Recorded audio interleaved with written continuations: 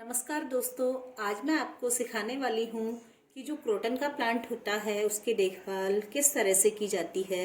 ये जो आप देख रहे हैं इतना खूबसूरत पौधा जिसकी पत्तियाँ रंग बिरंगी, कहीं से छोटी कहीं से बड़ी, कहीं थोड़ी लाल है तो कहीं पीली है, कहीं आपको हरी पत्ती नज़र आ रही है। एक ही प्लांट पर इतनी रंग बिरंगी पत्तियाँ आपको देखने को मिल रही है। यही इस पौधे की खूबसूरती है और इसी कारण घरों में यह पौधा लगाया जाता है। क्रोटन की करीब 70 से अधिक वैरायटी उपलब्ध है और मेरे पास क्रोटन की 2 वैरायटी है।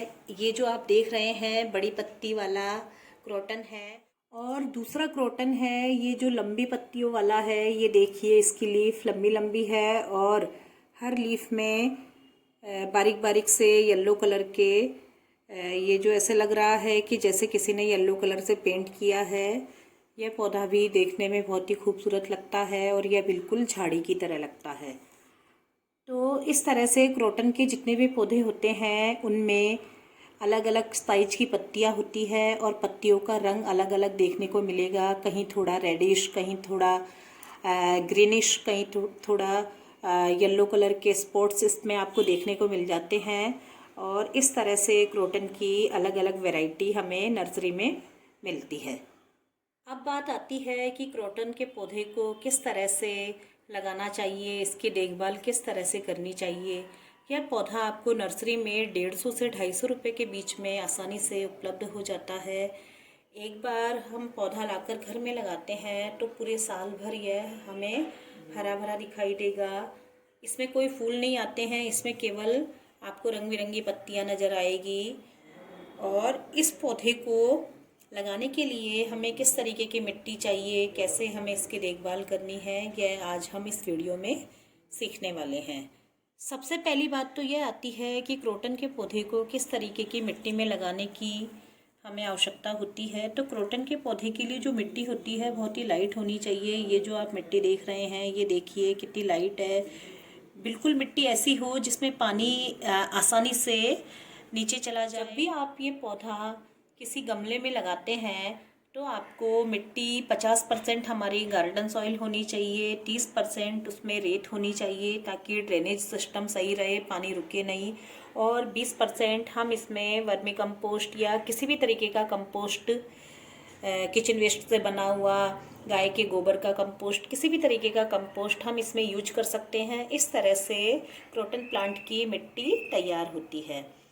इस प्लांट को आप गमले में लगाने के बाद आपको हर दिन थोड़ा थोड़ा इसमें पानी देना है। पानी की मात्रा ना तो ज़्यादा होनी चाहिए ना ही यह पौधा सूखना चाहिए, अर्थात इसकी मिट्टी सूखनी भी नहीं चाहिए, बस मिट्टी में मॉइस्चर बना रहे इतना पानी हमें डालना है। यह पौधा इंडोर प्लांट है, लेकिन इंडोर का मतलब यह नहीं है कि आप इसे किसी भी अंधेरे कमरे में रखेंगे। हमें इसे घर के किसी ऐसी जगह, ऐसे स्थान पर रखना है जहाँ पर डायरेक्ट सनलाइट नहीं आती हो, लेकिन जैसे कोई खिड़की है वहाँ से तेज़ रोशनी आ रही है या फिर घंटे आधे घंटे की धूप आ रही है तो वह क्रोटन पौधे के लिए बहुत अच्छी रहती है। क्योंकि आप जो देख रहे हैं इसमें जो ये शेडिंग आती है पत्तियों की, यह धूप के कारण ही आती है। यदि हम इसे किसी अंधेरे स्थान पर रखेंगे तो ये इतनी सुंदर शेडिंग पत्तियों पर नहीं आ पाती है, इसलिए इसे घंटे आधे घंटे की हल्की धूप की ज़रूरत होती है। सर्दियों में इसे आप धूप में भी रख सकते हैं क्योंकि सर्दियों में धूप तीखी नहीं होती है, लेकिन गर्मियों में इसे आप भूलकर भी बाहर मत रखिएगा क्योंकि तेज़ धूप से यह पौधा मुरझाकर मर सकता है। तो इसे रखने का उचित स्थान यह होगा कि जहाँ पर तेज़ रोशनी आती है या थोड़ी बहुत देर की, घंटे आधे घंटे की सुबह शाम की धूप आती हो, उस स्थान पर आप इसे रख सकते हैं। इससे यह पौधा बहुत अच्छा पत्तियों में अच्छा रंग देगा और देखने में बहुत ही खूबसूरत लगेगा। इस पौधे को आप जिस भी गमले में लगाते हैं गमले के नीचे अच्छा छेद होना चाहिए, क्योंकि इसमें यदि पानी रुकता है तो यह पौधा खराब हो जाता है और पत्तियां झड़ने लगती है। इस कारण इसका ड्रेनेज सिस्टम बिल्कुल सही होना चाहिए। तो जब भी आप पौधा किसी गमले में रिपोर्ट करें या नर्सरी से ख़रीद कर लाएँ तो आप देख लीजिए कि नीचे इसमें अच्छे से छेद बना हुआ होना चाहिए।